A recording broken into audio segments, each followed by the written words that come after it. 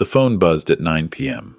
I stared at the screen, reading my son's message twice to make sure I understood it correctly. I didn't reply. Dad, Stephanie's parents are flying in from Vancouver for Christmas. We just don't have room at the table this year. Sorry.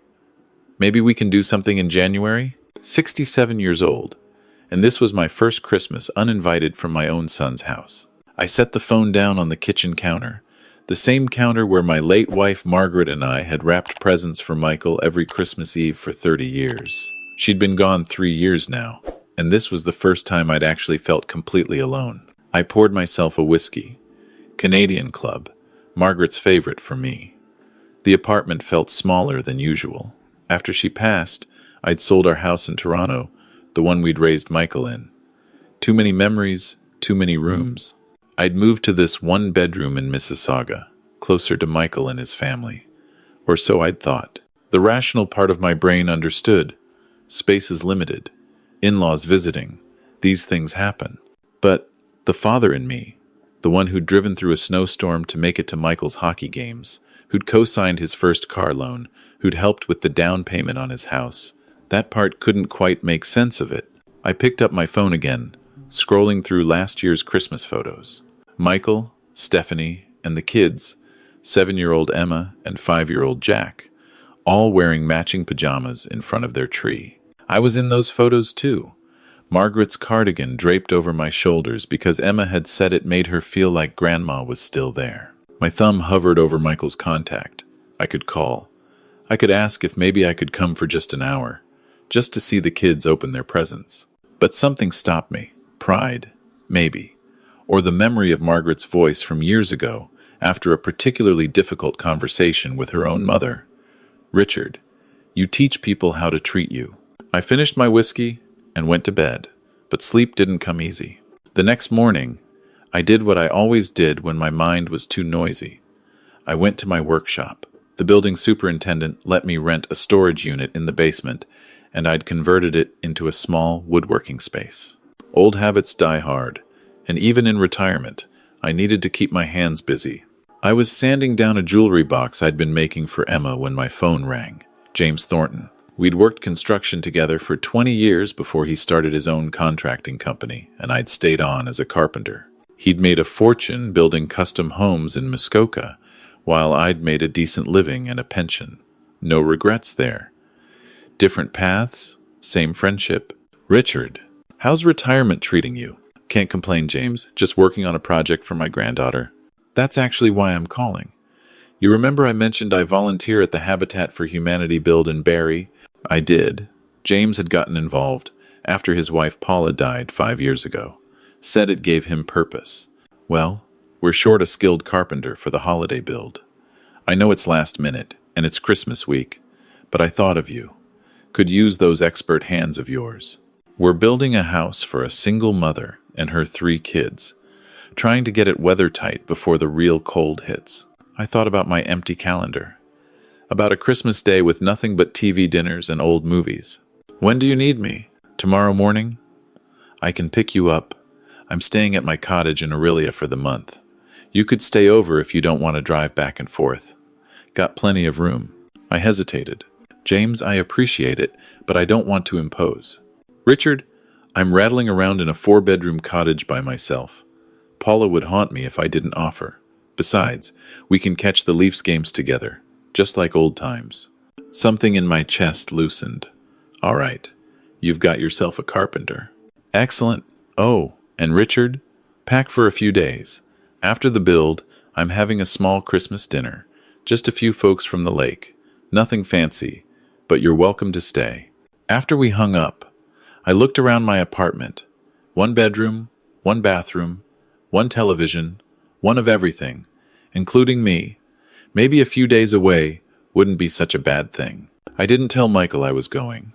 He didn't ask about my Christmas plans, so I didn't offer. The Habitat build was exactly what I needed. Cold December air, the smell of fresh-cut lumber, the satisfaction of measuring twice and cutting once. The family we were building for, a young woman named Sarah with 3 kids under 10, came by the site every day. The hope in her eyes reminded me why I'd loved this work in the first place. James and I fell into an easy rhythm, just like the old days. He'd always been the talker, the one who could charm clients and negotiate deals. I was the quiet one, the one who let my work speak for itself. Together, we'd been a good team. On the third night at his cottage, we were sitting by the fireplace when James said, "So, you spending Christmas with Michael and the family?" I took a long sip of my beer. Not this year. James waited. He was good at that, waiting for people to fill the silence. They've got Stephanie's parents flying in. Space is tight. Huh. James poked at the fire. That's interesting. What is? Well, not to pry into your finances, Richard, but didn't you help them buy that house? Helped with the down payment, yes. And it's what? 4 bedrooms? 5. Actually, they finished the basement. James nodded slowly. 5 bedrooms, and no room for you on Christmas. Hearing him say it out loud made it sound worse somehow. I shifted uncomfortably. Her parents are flying from Vancouver. It's a long trip for them. Sure. James stood up. Want another beer? We didn't talk about it again that night, but the seed was planted. The next day, while we were installing windows at the Habitat house, a woman approached the site. She was about my age, maybe a bit younger, with gray hair pulled back in a practical ponytail and paint stains on her jeans. "James, I brought those extra paintbrushes you needed." She had a clear, warm voice with a hint of Atlantic Canada in it. "Eleanor, you're a lifesaver." James waved her over. "Richard, this is Eleanor Hutchins. She lives 2 cottages down from me. Eleanor, this is Richard Clark, the best Finnish carpenter I've ever known." She shook my hand firmly. "Pleasure to meet you. James has told me about you. Nothing good, I hope." She laughed. "He said you taught him everything he knows about quality craftsmanship, which is high praise coming from James." We chatted for a few minutes. She was retired too, had been a school librarian in Halifax before moving to Ontario to be closer to her daughter. She'd been widowed 6 years ago and had discovered a passion for painting, which explained the stains on her clothes. After she left, James had a slight smile on his face. "What?" I asked. "Nothing. Just nice to see you smile. You should see some of her paintings. She's got real talent. Does landscapes mostly. The lake in different seasons." Over the next few days, I saw Eleanor several times. She brought supplies for the build, helped paint the interior walls, and joined us for dinner at James's cottage one evening. She was easy to talk to, with a dry sense of humor that reminded me a bit of Margaret. Not in a romantic way, not yet, but in a comfortable way, like finding an old sweater that still fits. A week before Christmas, Michael finally called. "Hey, Dad. How've you been?" "Good, Michael. Keeping busy. Listen, I wanted to apologize about Christmas. I know it's not ideal, but Stephanie's parents haven't seen the kids in over a year, and it's fine, Michael. I understand." "You do?" He sounded relieved. Too relieved. "Great. So what are your plans? You could always go to Aunt Linda's, right?" Aunt Linda was Margaret's sister, living in Thunder Bay, an 8-hour drive. "Actually, I'm staying with a friend up in Cottage country, doing some volunteer work." "Oh, that's great, Dad." "Which friend?" "James Thornton. You remember him." There was a pause. Michael remembered James. He remembered the big house, the successful business, the cottage on Lake Simcoe. "James Thornton? Wow. I haven't thought about him in years." "How's he doing?" "Very well. We've been working on a habitat build together." "That's nice. Well, listen, I should go. Stephanie needs help with the groceries, but I'm glad you've got plans. We'll catch up in January, okay?" "Sure, Michael." After he hung up, I sat there thinking about that conversation. The relief in his voice when I said I understood. The sudden interest when I mentioned James. The quick exit when he had what he needed. On December 23rd, my phone started buzzing with messages. "Michael, hey Dad. I was thinking about what you said about staying with James Thornton. Is that the James Thornton who owns Thornton Custom Homes?" I waited an hour before replying. "Yes, same one, Michael." "Wow, that's amazing. I didn't know you two were still close. How long are you staying?" "Me. Through New Year's." "Michael, that's quite a visit." His place must be something else. I didn't respond to that one. The next message came from Stephanie, which was unusual. We were cordial, but she rarely texted me directly. Stephanie, hi Richard. Michael mentioned you're spending the holidays with James Thornton. How wonderful. We were actually thinking, maybe there's room for one more at Christmas after all. My parents would love to meet you. I stared at that message for a long time. Margaret used to say I was too kind, too quick to give people the benefit of the doubt. But I wasn't blind. I called James. Can I ask you something? Shoot. Your company, Thornton Custom Homes. What are you worth these days? Ballpark. He laughed. Planning to rob me? Let's just say I'm comfortable. The business is worth several million, probably more if I sold it. But I'm keeping it running with a good manager while I enjoy my retirement. Why? Just curious. And this cottage? It's waterfront. 3,000 square feet, 4 bedrooms, 4 bathrooms. Worth about $2 million, give or take. Richard, what's this about? I told him about the messages. James was quiet for a moment. You know what? Don't answer yet. I have an idea. How do you feel about a little social experiment? What kind of experiment? Come to my Christmas dinner. Bring your phone. Take some photos. Post them on Facebook or whatever it is people use these days. Let's see what happens. James, I'm not really a social media person. Even better, Eleanor can help you. She's got an Instagram for her paintings. It'll be fun. I wasn't sure it would be fun, but I was curious. And maybe a small part of me wanted to see if I was right about Michael's sudden renewed interest. Christmas Day at James's cottage was nothing like I'd expected. There were 8 of us. James, Eleanor, myself, 2 other couples from the lake community, and a young family James had met through the Habitat Project. The house was decorated beautifully, with a massive tree in the great room overlooking the frozen lake. Eleanor had insisted on helping with the meal, and I found myself in the kitchen with her, preparing vegetables while James handled the turkey. Your first Christmas without family? She asked quietly. Second without my wife, but first being excluded by my son, if we're being specific. She nodded. My daughter lives in Vancouver. She invited me, but I've been there the last 3 years. I thought maybe it was time to start building a life here, not just visiting someone else's. Is that hard? Starting over? Terrifying, she said with a smile. But so is being lonely. We shared a look, and something passed between us. Understanding? Maybe. Or recognition. After dinner, Eleanor pulled out her phone. James told me about his social experiment. I think it's brilliant. Do you trust me? Should I? Absolutely not. I'm about to make you Instagram famous. Or at least, cottage country famous. She took photos of everything.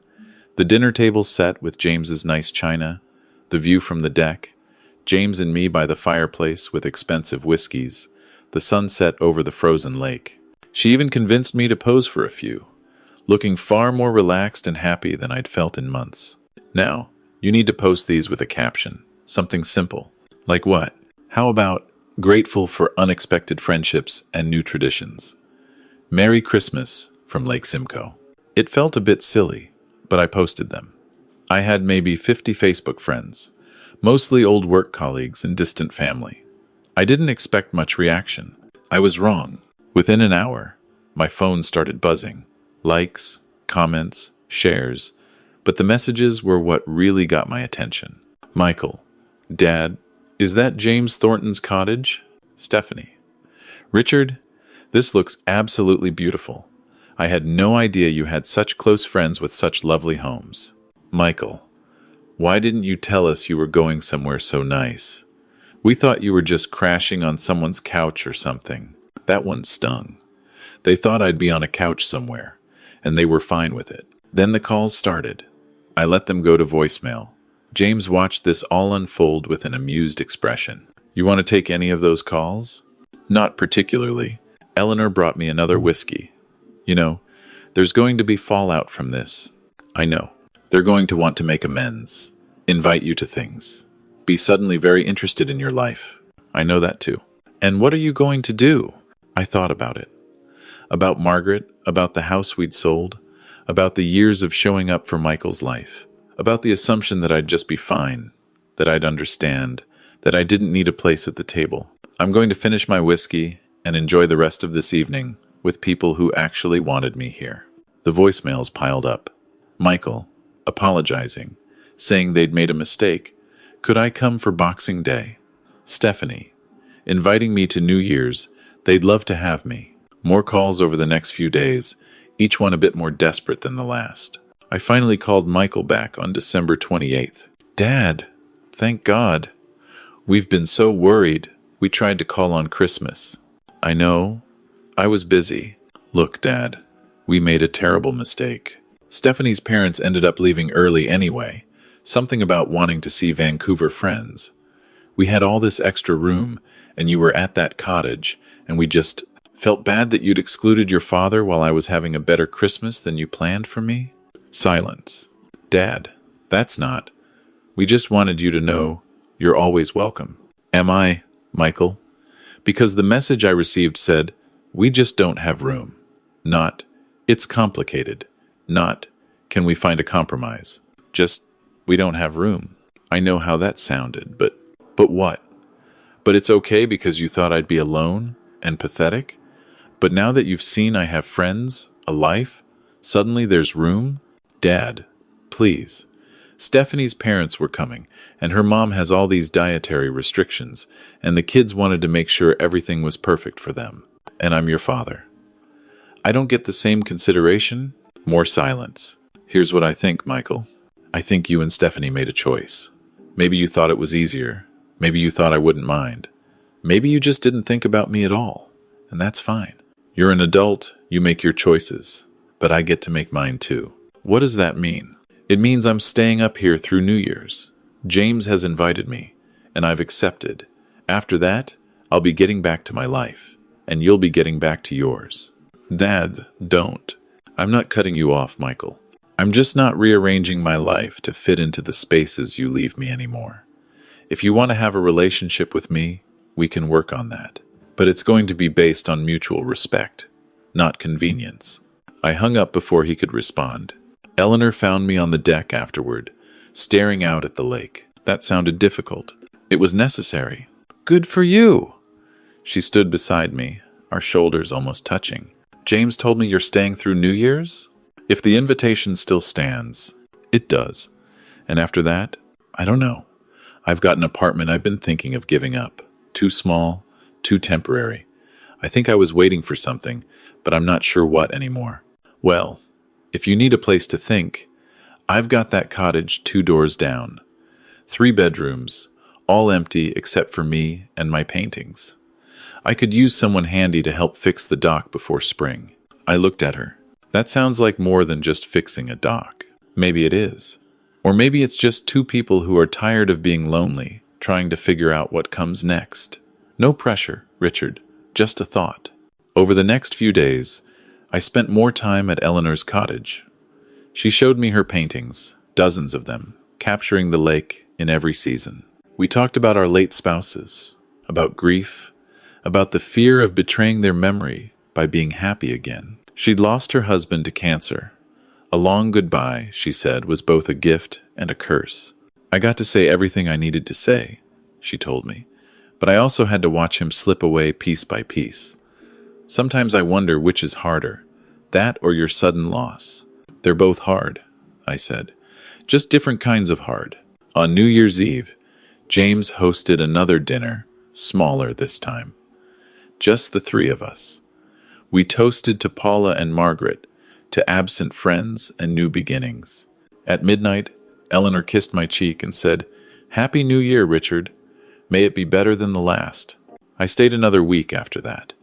James had to get back to Toronto for a business meeting, but Eleanor convinced me to stay. We fell into an easy routine. Coffee on her deck in the morning, walks along the frozen lake, dinners where we took turns cooking. It wasn't romance, not exactly. It was something quieter, more careful. 2 people testing the waters, seeing if they could build something new without feeling like they were replacing something old. On January 8th, I drove back to Mississauga to pack up my apartment. I'd made my decision. Michael was waiting in the parking lot when I pulled in. "Dad, we need to talk."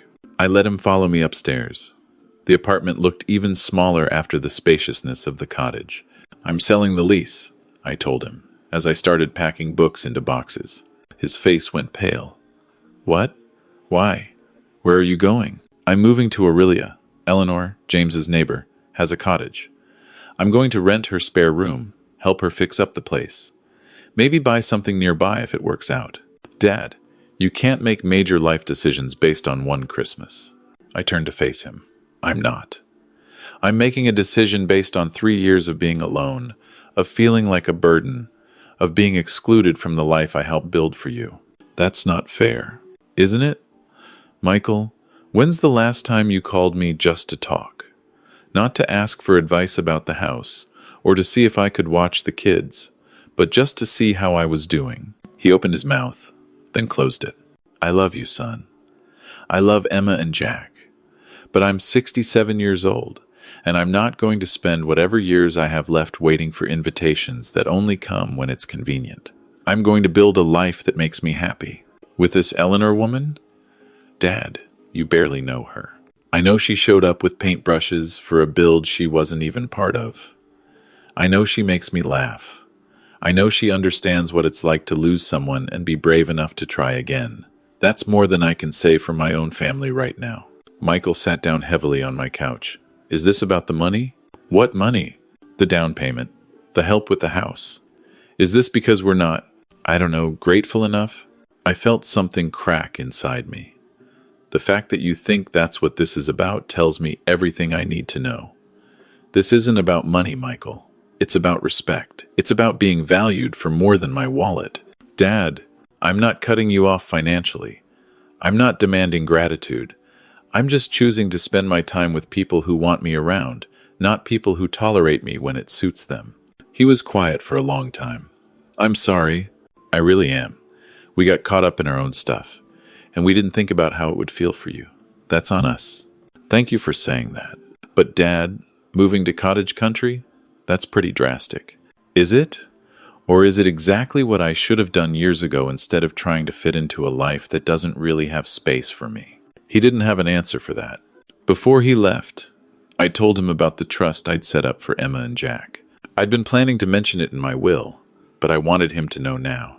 Their education, their first homes, whatever they need when the time comes, it's protected, managed by my lawyer.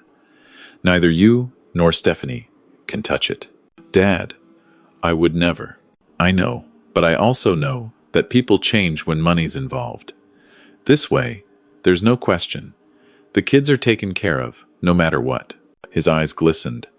I really messed this up, didn't I? You made a choice. Now I'm making mine. If you want to be part of my life going forward, I'm open to that. But it's going to be on different terms. What terms? Regular visits, both ways. Not just when you need something.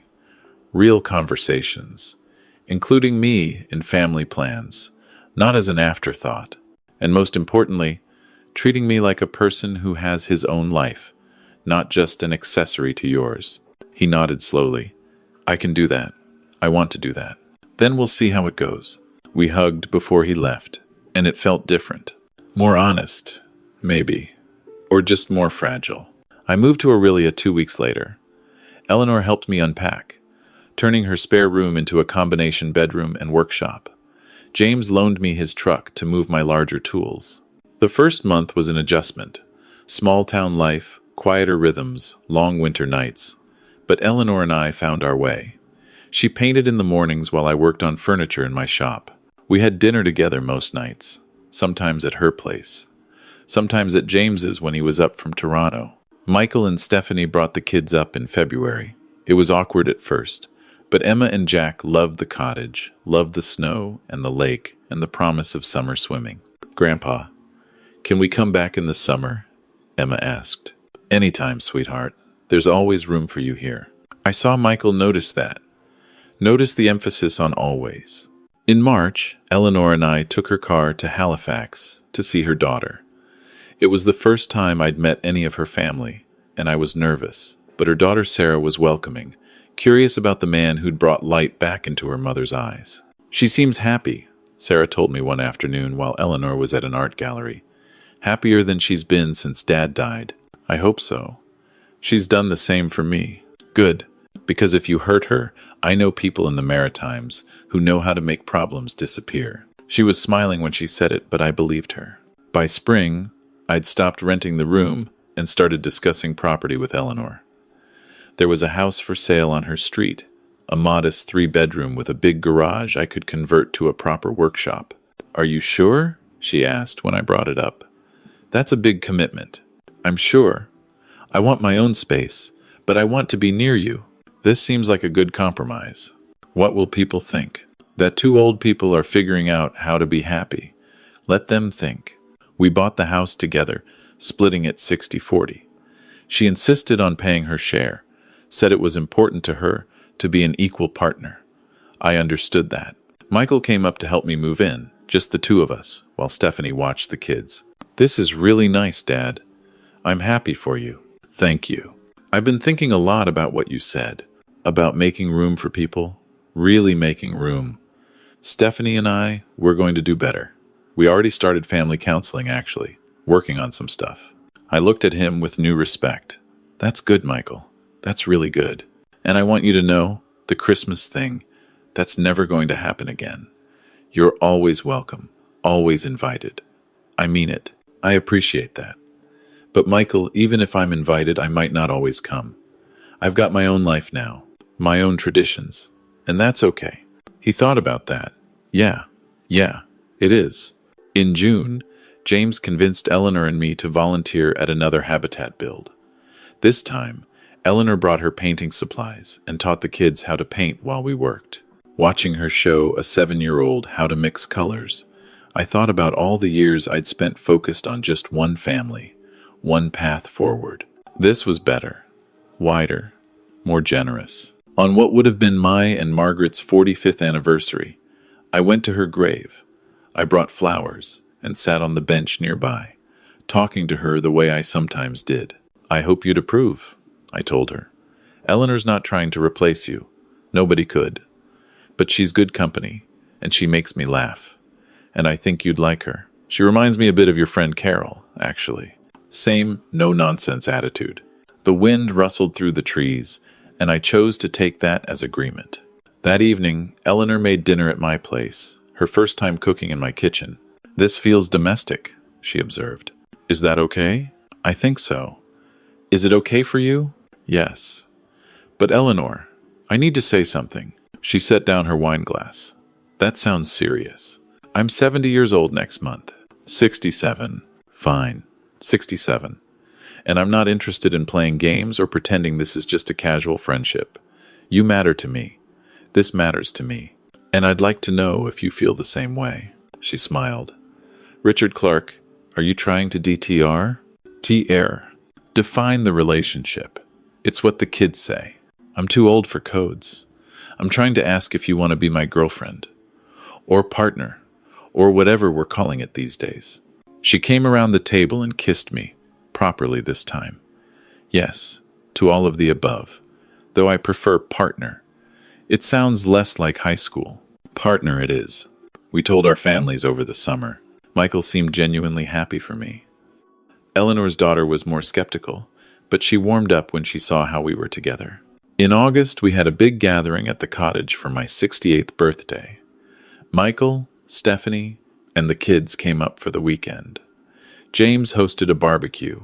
Eleanor's daughter flew in from Vancouver, watching Emma and Jack play on the dock, teaching them how to fish the way I'd taught Michael. I felt something settle in my chest. Peace, maybe. Or just the understanding that life doesn't end when your plans fall apart. Sometimes it just shifts into something you didn't expect. Michael pulled me aside that afternoon. Dad, I wanted to say thank you. For what? For not giving up on me. For setting boundaries, but not shutting me out. I know I didn't deserve it. You're my son. You don't have to deserve my love, but you do have to respect it. I understand that now. And I will, I promise. I believed him. Not because people can't change, but because losing someone, even temporarily, has a way of clarifying what matters. That night, after everyone had gone to bed, Eleanor and I sat on my dock, feet dangling over the dark water. Happy? She asked. Very. Any regrets? I thought about the apartment I'd sold, the Christmas I'd missed, the confrontation with Michael that had seemed so painful at the time. No. No regrets. This is exactly where I'm supposed to be. She leaned her head on my shoulder. Good. Because I'm exactly where I'm supposed to be too. The lake was quiet, just the sound of water lapping against the dock and the distant call of a loon. Somewhere in the cottage, I could hear Jack's laughter as Michael told him a bedtime story. The lights were warm in the windows. Margaret used to say that home isn't a place, it's a feeling. For years after she died, I'd forgotten what that felt like. But here, now, with Eleanor beside me and my family close by, I remembered. Home isn't being needed, it's being wanted. And I was wanted here, chosen here, valued here. The text that had come at 9 p.m. last Christmas had felt like an ending. But it turned out to be a beginning, just not the one I'd expected. Not the one I'd thought I wanted. But as Eleanor squeezed my hand and pointed out a shooting star over the lake, I realized it was the one I needed. The lock had clicked that night. I hadn't argued, and that had made all the difference.